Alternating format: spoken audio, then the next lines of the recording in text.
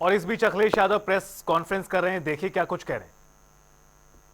और जेपी नड्डा साहब ने मिल करके पहला मेडिकल कॉलेज शाहजहांपुर में शुरू किया था।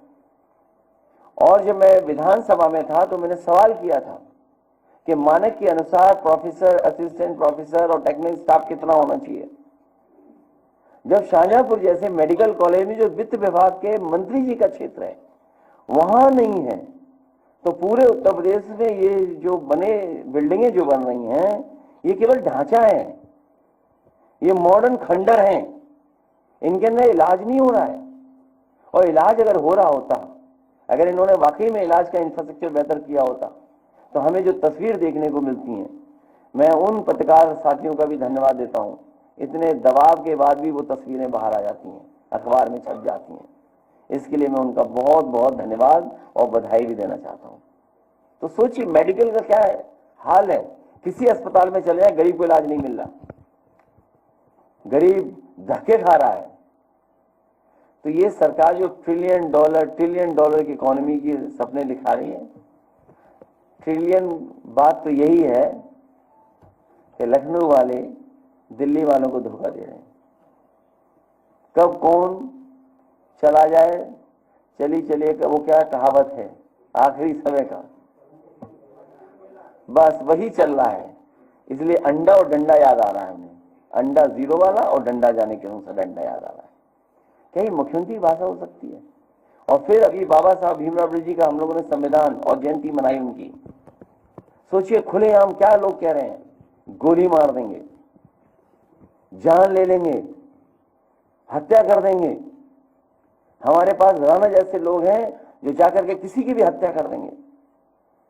मतलब यही संविधान है, यही बाबा साहब भीमराव अम्बेडकर बना हुआ संविधान है। पुलिस पता नहीं क्या कर रही है, वो ढूंढ रही सोशल मीडिया पे कौन क्या लिख रहा है।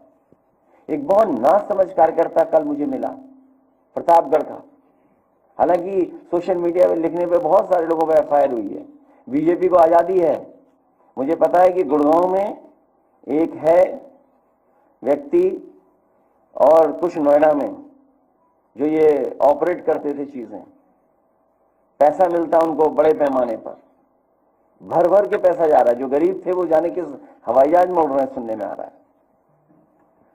तो गरीब एक नासमझ कार्यकर्ता ने कुछ लिख दिया। आप में से कौन स्वीकार करेगा कि मुख्यमंत्री की भाषा ऐसी होनी चाहिए? भाई डंडे वाली भाषा तो नहीं होनी चाहिए और टोटी वाली भी भाषा नहीं होनी चाहिए। तो अगर ना समझने कुछ लिख दिया तो पुलिस भाग रही है।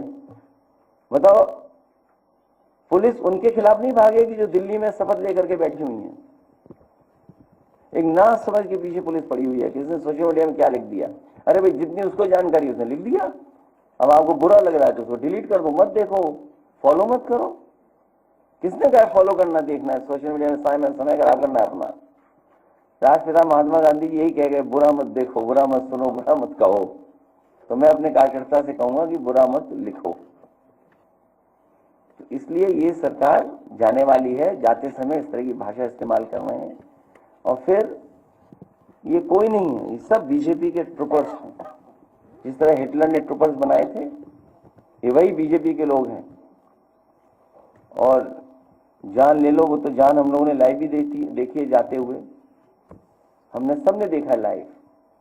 बीजेपी की सरकार में कोई भी जान ले सकता है किसी की। तो ये सब बीजेपी करवा रही है और बीजेपी का स्टेटमेंट भी नहीं कुछ आ रहा होगा। जो लोग हम लोगों को इतिहास फलाने ठिकाने ये पन्ने पलटने की बात कर रहे हैं, इतिहास न पलटे तो ही अच्छा है। सुनने हमारे डीएनए तक की बातें कर रहे हैं। मैंने तो कहा था कि साइंटिस्ट हैं कि मुख्यमंत्री जी, कि डॉक्टर हैं क्या मुख्यमंत्री जी? जब नहीं तब डीएनए टेस्ट होना चाहिए। अरे भाई डीएनए टेस्ट क्यों होना चाहिए? तो ये सब इसलिए है क्योंकि इन्होंने किसान की आय दोगुनी नहीं करनी थी, नौकरी रोजगार मिला नहीं, इंसेंटिव आए नहीं, डेवलपमेंट हुआ नहीं, बिजली महंगी है, पूरे उत्तर प्रदेश की जमीन को भूमाफिया खरीद रहे हैं भारतीय जनता पार्टी के लोग, ये सब हो रहा है। इसलिए हमें और आपका ध्यान हटाने के लिए ये सेनाएं भेजी जा रही हैं।